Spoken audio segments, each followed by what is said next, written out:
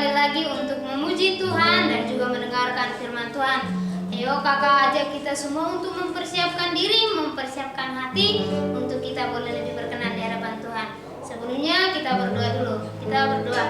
Terima kasih Tuhan Yesus, terima kasih Allah kami yang hidup untuk setiap kesempatan yang Tuhan boleh berikan kepada kami. Sebentar kami akan memuji muliakan nama-Mu. Kiranya tangan Tuhan yang boleh memberkati kami sehingga kami boleh berkenan di hadapan Tuhan. Terima kasih Bapa yang baik. Hanya di dalam nama-Mu kami sudah berdoa dan mengucap syukur. Haleluya. Amin. Oke. Kakak ajak untuk bangkit berdiri. Kita akan menyanyikan satu pujian Jalan Serta Yesus. Jalan serta Yesus, jalan sertanya setiap hari. Jalan serta Yesus, serta Yesus selamanya. Jalan dalam suka, jalan dalam duka, jalan sertanya setiap hari. Jalan serta Yesus, serta Yesus selamanya. Kita nyanyi sekali lagi yuk. Jalan serta Yesus, jalan sertanya setiap hari. Jalan serta Yesus, serta Yesus selamanya. Jalan dalam suka, jalan dalam duka, jalan sertanya setiap hari. Jalan dalam suka, jalan dalam duka, serta Yesus selamanya. Serta Yesus selamanya. Serta Yesus selamanya. Oke kakak, persilakan untuk duduk kembali. Kita akan mendengarkan firman Tuhan. Namun sebelumnya kita akan menyanyikan satu pujian Bapa Engkau sungguh baik.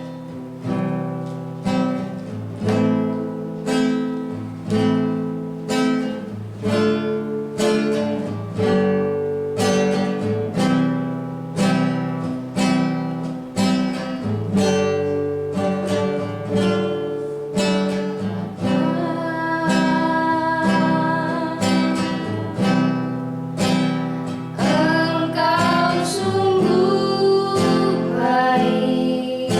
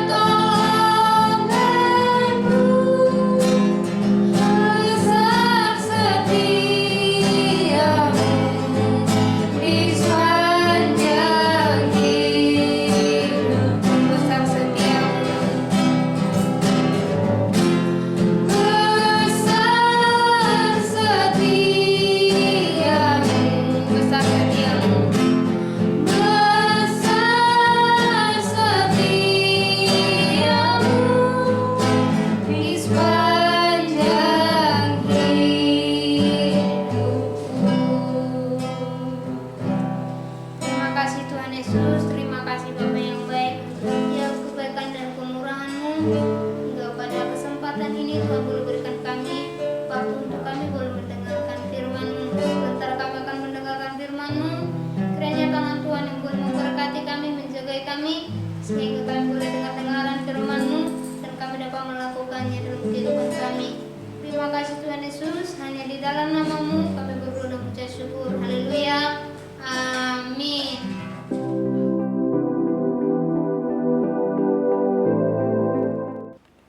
Shalom adik-adik, apa kabarnya? Pastinya luar biasa ya. Kita bersyukur pada pagi hari ini kita masih diberikan kesempatan untuk kita kembali mendengar kebenaran firman Tuhan. Kita boleh kembali mendengar nasihat Tuhan. Namun sebelumnya kakak mau tanya nih kepada adik-adik semua. Di sini ada nggak adik-adik yang pintar menggambar, pintar menari, pintar menyanyikan suara dengan lagu yang baik, atau pinter olahraga apa aja? Kakak percaya adik-adik semua memiliki kepandaian yang berbeda-beda. Nah, adik-adik boleh menjadi anak-anak yang luar biasa, menjadi anak-anak yang dipakai Tuhan. Oleh karena pertolongan Tuhan, adik-adik bisa ya, kepandaian-kepandaian yang kalian miliki itu boleh menjadi kemuliaan bagi nama Tuhan. Nah, adik-adik, pagi hari ini kakak akan bawakan firman Tuhan yang dengan temanya adalah aku mau jadi apa? Ya, waduh, pertanyaannya aku mau jadi apa? Nah, kalau aku mau jadi apa cenderung dengan aku bakatnya apa sih? Ya kan? Aku kemampuannya apa sih? Nah, hari ini kakak akan firman Tuhan yang diambil di dalam Matius pasal 25 ayat 14 sampai 30, yaitu perumpamaan tentang talenta. Nah, talenta itu adalah merupakan suatu kemampuan khusus yang diberikan Tuhan, anugerahkan kepada manusia. Dan talenta itu ada dua macam ya. Sumbernya ada dua macam. Ada talenta bawaan, yaitu talenta yang dari sejak kecil sudah ada nih talenta bawaan. Nah, ketika adik-adik mengasah sedikit, itu langsung sudah bisa melampaui yang lain. Tetapi ada juga talenta yang kita tidak mempunyai kepintaran apa-apa, tetapi kita ingin berusaha. Ingin apa nih, kita ingin mau jadi apa? Nah, di situ anak-anak, adik-adik bisa membentuk talenta kita sendiri, yaitu dengan cara kita belajar, kita harus berusaha keras, kita harus memaksimalkan kemampuan kita, dan kita tidak boleh malas. Dan kita juga harus mempunyai satu komitmen, sehingga apa yang di dalam pertanyaan kita, aku mau jadi apa, itu bisa terbentuk. Nah, adik-adik, talenta yang kita punya itu ya, itu akan dipertanggungjawabkan di kemudian hari. Setelah kita menutup mata, kita akan mempertanggungjawabkan di hadapan Tuhan. Nah, di dalam firman Allah Matius 25 ayat 14 sampai 30, Allah menginginkan kita untuk mengembangkan talenta kita masing-masing yang telah diberikan Allah menurut kemampuannya kita masing-masing. Ya, menurut kesanggupan masing-masing. Nah, perumpamaan di dalam Matius 25 ini adalah ada seorang tuan, ya. Tuan ini hendak berpergian jauh. Ya, hendak berpergian jauh. Tuan ini mempunyai 3 orang hamba. Nah, di sini hambanya kakak beri nama saja ya. Hamba yang pertama bernama Jevanya. Hamba yang kedua bernama Alvin. Hamba yang ketiga bernama Keisha. Nah, Tuan ini sebelum dia berangkat jauh, dia pesan kepada hamba-hambanya, diberikan tugas masing-masing. Nah, tugas ini disebut saja kita talenta ya. Ada yang diberikan 5 talenta atau 5 macam tugas. Ada yang diberikan dengan Alvin diberikan 2 talenta atau 2 macam tugas. Keisha diberikan hanya 1 talenta atau 1 macam tugas. Nah, setelah selesai, tuannya ini memberikan nasihat, memberikan saran bagaimana caranya untuk supaya talenta itu bisa berkembang. Sesudah semuanya beres, Langsung tuannya itu pergi jauh. Pergi jauh dalam jangka waktu entah beberapa lama, tidak diberitahu. Nah, sementara tugas yang sudah diembankan kepada 3 bawahannya ini sudah diberikan. Nah, Jefanya yang menerima 5 talenta, dia senang. Aduh, aku dapat talenta 5 nih, aku dapat tanggung jawab 5 nih, aku dapat tugas 5 macam nih. Aku mau mengerjakannya dengan semangat, aku mau mengerjakannya dengan rajin, aku mengerjakannya dengan sungguh-sungguh. Nanti kalau Tuhan datang, aku akan laparin semuanya. Nah, karena Jefanya memang mengerjakannya dengan semangat, tanpa bersungut-sungut, ya. Nah, akhirnya apa yang dia kerjakannya itu melampaui. Akhirnya dia bisa melipat gandakan. Akhirnya kemampuan yang tadinya hanya 5 menjadi 10. Ya, jadi 10 macam. Nah, demikian juga dengan Alvin. Nah, dia mendapatkan tugas 2 macam, talenta 2 macam, lalu dia mengerjakannya tanpa sungut-sungut, dengan sungguh-sungguh. Akhirnya dia juga mendapatkan hasil yang memuaskan, mendapatkan 2 kali lipat. Berbeda dengan Kesia. Kesia hanya dapat tanggung jawab 1 macam, 1 talenta. Tetapi dia bilang, di sini dikatakan di dalam ayat 24, dia mengerjakannya itu dengan sungguh-sunggut. Aku dikasih talenta 1, mendingan ngapain? Tuanku pergi jauh jalan-jalan. Aku mendingan 1 talenta itu, aku males mengerjakannya, mendingan aku simpan aja di bawah tanah, dikuburlah di bawah tanah, di lubang itu dikubur. Nah, adik-adik, beberapa hari kemudian, beberapa lama kemudian, tuannya datang. Nah, setelah tuannya datang, lalu tuannya panggil bawahannya itu, ya, semua rapat. Ditanya, Jefanya, kamu kemarin yang aku kasih tugas 5 macam, mana tugasmu? Tuan, aku dapat 10 Tuan. Apa yang Tuan kerjakan, aku ternyata bisa melampaui Tuan. Ini hasilnya Tuan, aku jadi 10. Gembira dia. Demikian juga dengan Alvin. Nah, kita baca di dalam ayat 22. Ya, kakak yang akan bacakan. Lalu datanglah hamba yang menerima 2 talenta, katanya, Tuan, 2 talenta Tuan percayakan kepadaku, lihat, aku telah beroleh laba 2 talenta, jadinya 4. Baik itu Jefanya ataupun Alvin, dia sama-sama mengerjakan, dan hasilnya karena dia kerjakannya dengan tulus, kerjakannya dengan semangat, kerjakannya tanpa berbantah-bantah, akhirnya Tuhan kasih dia hasil yang memuaskan. Bahkan yang perkiraannya cuma talenta, ternyata di luar dugaan malah bisa melampaui, karena dia bekerja dengan serius. Berbeda dengan Kesia. Kesia hanya 1 macam. Nah, kalau dipikir-pikir kan pekerjaan 1 dengan pekerjaan 5 beratan mana? Ayo adik-adik. Pasti dong yang 1 lebih ringan, lebih cepat, dan lebih mudah. Tetapi beda dengan Kesia. Dikasih yang mudah, dikasih yang ibaratnya waktu yang lebih panjang, tetapi waktunya sama, tetapi dia malas. Ya, akhirnya dia laporan, akhirnya tuannya berkata gini. Kini ayat 24, kini datanglah juga hamba yang menerima 1 talenta itu dan berkata, Tuan, aku tahu bahwa Tuan adalah manusia yang kejam. Waduh, manusia yang kejam, yang menuai di tempat di mana Tuan tidak menabur, dan yang mengungut dari tempat di mana Tuan tidak menanam. Pikirannya sudah negatif. Padahal dia mungkin sebelum tuannya berangkat, pastinya bawahan sudah mengenal dong tuannya itu siapa. Tetapi dia masih berpikir negatif. Nah, akhirnya di sini dikatakan tuannya, bagi yang menerima Jefanya dengan Alvin, dia akan menerima 5 dan 2. Nah, tuannya berkata begini. Ayat 23. Maka kata tuannya itu kepadanya, baik sekali perbuatanmu itu, hai anakku yang baik dan setia. Walaupun tuannya tidak kelihatan, dia tetap setia, ya. Yang baik dan setia, engkau telah setia memikul tanggung jawab dalam perkara yang kecil. Aku akan memberikan kepadamu tanggung jawab dalam perkara yang besar.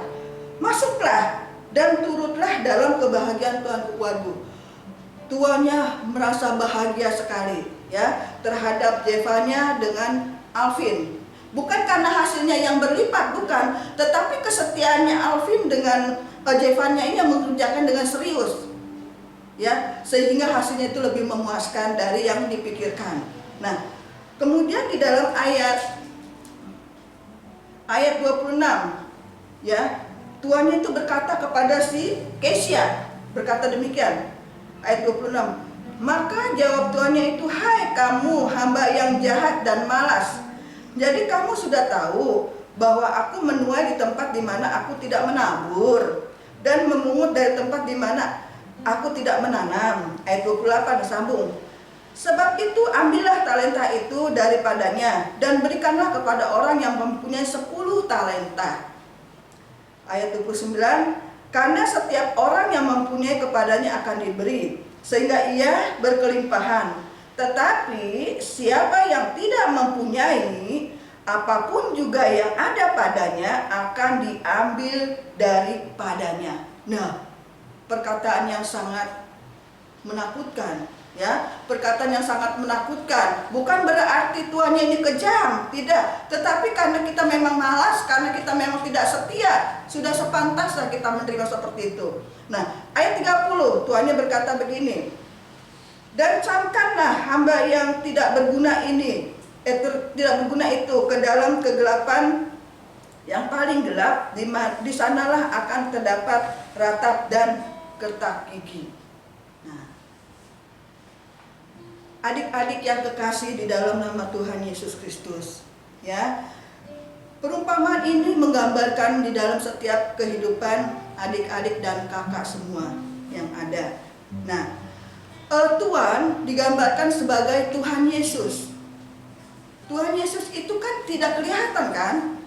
Tuhan Yesus itu ada dimanapun kita nggak kelihatan, tetapi kita bisa merasakan kehadirannya. Kita bisa merasakan apa yang Dia buat oleh Tuhan Yesus, oleh kita. Nah, sedangkan Jevanya, Alvin, Kesya itu perumpamaan seperti kakak, adik-adik, orang tua kita, semua manusia ciptaan Tuhan. Nah, Tuhan Yesus, kita ada dilahirkan ke dalam dunia, pastinya ada maksud dan rencana Tuhan kepada setiap kita. Tuhan tidak akan meletakkan misalnya kakak Neti hidup di dalam dunia langsung begitu saja, tidak. Pasti ada tujuan dan ada maksud dan rencana Tuhan di dalam kehidupan kakak Neti. Nah, adik-adik, pada saat Tuhan Yesus memberikan anugerah kepada kita, Tuhan Yesus yang tidak kelihatan, tetapi anugerah itu pada saat kita dilahirkan ke dalam dunia, Tuhan sudah memberikan kita bekal, ya. Tuhan sudah memberikan kita anugerah. Nah, Tuhan sudah memberikan kita anugerah, tetapi tergantung kita, tergantung adik-adik dan kakak-kakak sekalian yang bagaimana kita bisa meresponi anugerah itu, bagaimana kita bisa menerima anugerah itu, tergantung kita. Bukannya berarti Tuhan Yesus lebih sayang kepada Jevanya sehingga Jevanya dikasih 5, atau Tuhan Yesus lebih sayang kepada Alvin dikasih 2, sedangkan Kesya nggak disayang, cuma dikasih 1. Bukan begitu. Nah, pada saat anugerah itu disampaikan kepada kita yang dilahirkan ini, yang ada dalam dunia ini, kita bebas, ya, kita bebas menerimanya. Kita mau menerima banyak ataukah kita mau menerima dikit, tergantung kita. Nah, demikian juga adik-adik. Contohnya misalnya, adik-adik sekarang kan talentanya dalam keadaan posisi sekolah, ya kan? Ketika ibu guru, bapak guru menerangkan di kelas, misalnya di kelas itu ada 40 orang. Nah, pada saat guru menerangkan, apakah guru itu hanya menerangkan sebagian orang dikasih penerangan yang sejelas-jelasnya, sebagian orang dikasih penerangan yang tidak jelas? Enggak. Pasti 40 orang itu akan disampaikan keterangan pelajaran-pelajaran itu dengan 100% sama semua. Ya, jadi tidak ada pilih kasih. Nah, di dalam menerima atau menyerap pelajaran itu tergantung masing-masing dari murid-murid. Ada murid yang serius menerima penerangan dari guru masing-masing yang menerangkan. Ada murid yang ketika guru menerangkan lari sana atau ngobrol sana, ngobrol sini, atau bercanda sana, bercanda sini. Tetapi ada juga murid yang serius. Dari awal sampai akhir dia dengarkan dengan baik. Bahkan kalau perlu dia catat baik-baik. Nah, lalu dia ulang, dia pelajari lagi di rumah. Nah, anak-anak yang demikian ini yang akan berpotensi memiliki bakat yang luar biasa. Karena bakat itu tadi kan kakak sampaikan, bakat itu sumbernya ada dua macam. Ya, ada bakat yang bawaan dari lahir. Ketika misalnya contohnya kakak Neti bisa berenang, ya, lalu kakak Neti latihannya nggak terlalu lama, langsung kakak Neti akan bisa lebih baik ketimbang yang lain yang memang dasarnya belum ada pintar berenang. Nah, ada bakat yang bawa, artinya dia bakat karena kita cari sendiri. Contohnya kakak Neti nggak bisa renang, tapi kakak Neti pengen banget bisa renang. Nah, langsung kakak Neti latihan. Akhirnya kakak Neti juga bisa berenang. Bahkan kalau memang serius, kakak Neti akan menjadi juara dalam renang. Nah, kalau sudah menjadi juara dalam renang, ini yang membawa nama harum siapa? Nama harum sekolah, membawa nama harum keluarga, membawa nama harum lingkungan, terlebih membawa harum nama Tuhan Yesus.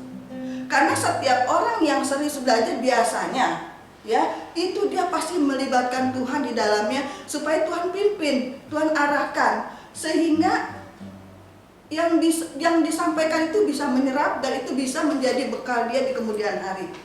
Nah, contoh di dalam Alkitab adalah seperti Simson, ya. Simson ini memiliki talenta yang sudah bawaan, ya. Tuhan percayakan kepada Simson. Simson mempunyai tujuan untuk menolong umatnya dari cengkeraman bangsa Filistin. Kita baca di dalam Hakim-Hakim 13, nanti adik-adik baca ya, di dalam Hakim-Hakim 13. Nah, Simson mempunyai tujuan untuk menolong umatnya dari cengkeraman bangsa Filistin dengan kekuatan yang luar biasa yang Tuhan berikan. Simson menolong bangsanya dari cengkeraman bangsa Filistin. Nah, adik-adik tahu?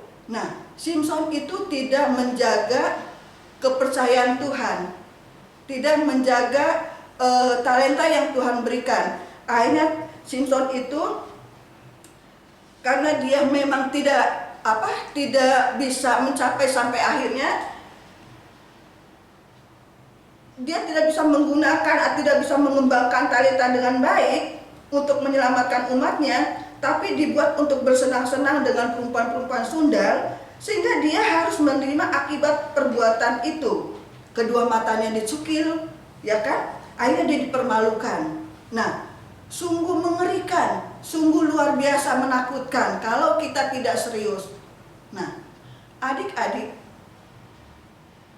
kita berada di dalam dunia ini, semua apa yang kita lakukan adalah pertanggungjawabannya kepada Tuhan.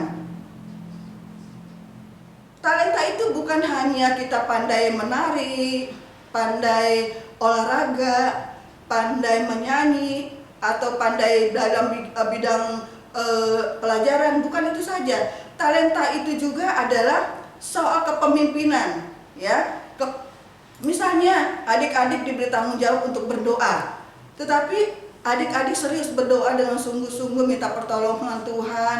Akhirnya adik-adik bisa menjadi pendoa-pendoa yang baik di hadapan Tuhan. Atau juga adik-adik diberikan tanggung jawab misalnya singer. Nah, langsung adik-adik bisa latihan dengan baik, dengan sungguh-sungguh. Ini akan menjadi berkat dimanapun adik-adik berada.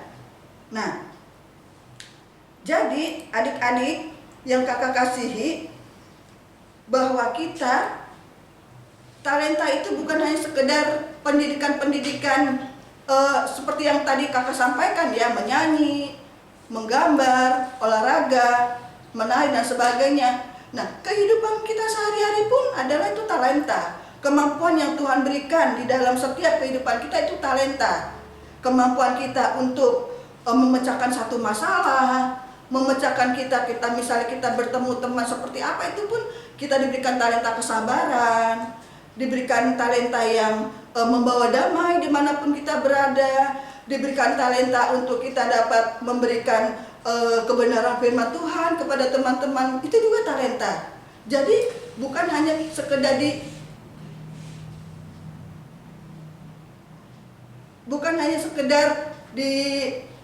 bukan hanya sekedar sekolah, tetapi dimanapun kita berada, kita harus bisa mengembangkan setiap kejadian-kejadian untuk kemuliaan nama Tuhan.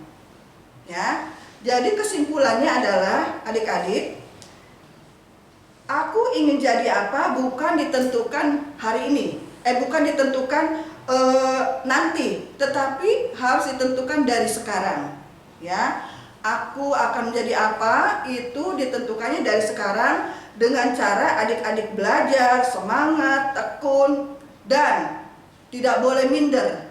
Seperti tadi Jevanya dapat 5, dia nggak sombong dengan yang dapat 2 dan 1. Demikian juga dengan Alvin yang dapat 2, dia tidak minder kepada Jevanya mendapat 5. Nah, itu saja firman Tuhan yang kakak bisa sampaikan. Jadilah adik-adik, kakak semua menjadi orang-orang yang luar biasa yang dipakai Tuhan dimanapun kita berada. Dengan pertolongan Roh Kudus kita pasti mampu untuk mengembangkan setiap kepercayaan yang Tuhan berikan kepada kita. Amin. Itu saja kebenaran firman Tuhan yang kakak dapat sampaikan. Ayat hafalannya di dalam Efesus pasal 4 ayat 15. Kita baca sama-sama ya, mulai dari ayatnya. Efesus pasal 4 ayat 15. Tetapi dengan teguh berpegang kepada kebenaran, di dalam kasih kita bertumbuh di dalam segala hal ke arah Dia, Kristus yang adalah kepala. Demikian firman Tuhan. Kakak undang bangkit berdiri, kita akan akhiri firman Tuhan hari ini.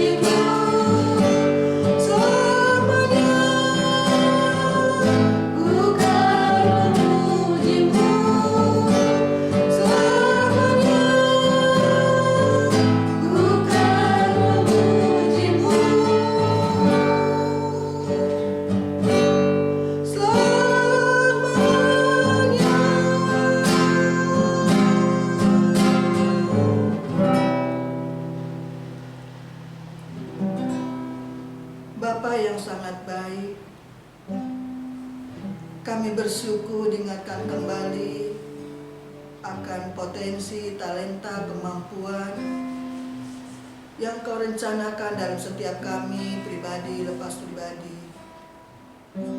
Bapa, celikan mata batin kami, agar Roh Kudus terus memimpin setiap perjalanan kami, sehingga kami dapat memaksimalkan talenta, potensi, kemampuan yang Tuhan izinkan dalam setiap kehidupan kami. Tuhan, kami rindu Engkau memakai kami, agar kami boleh berguna di hadapan-Mu, agar kami boleh menjadi anak-anak kesayangan-Mu ya Tuhan.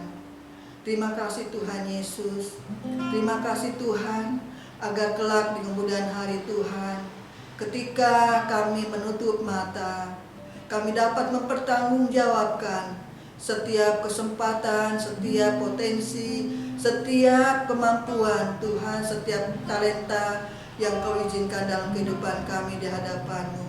Dan itu boleh mendapatkan nilai yang terbaik dan benar di hadapan-Mu Tuhan.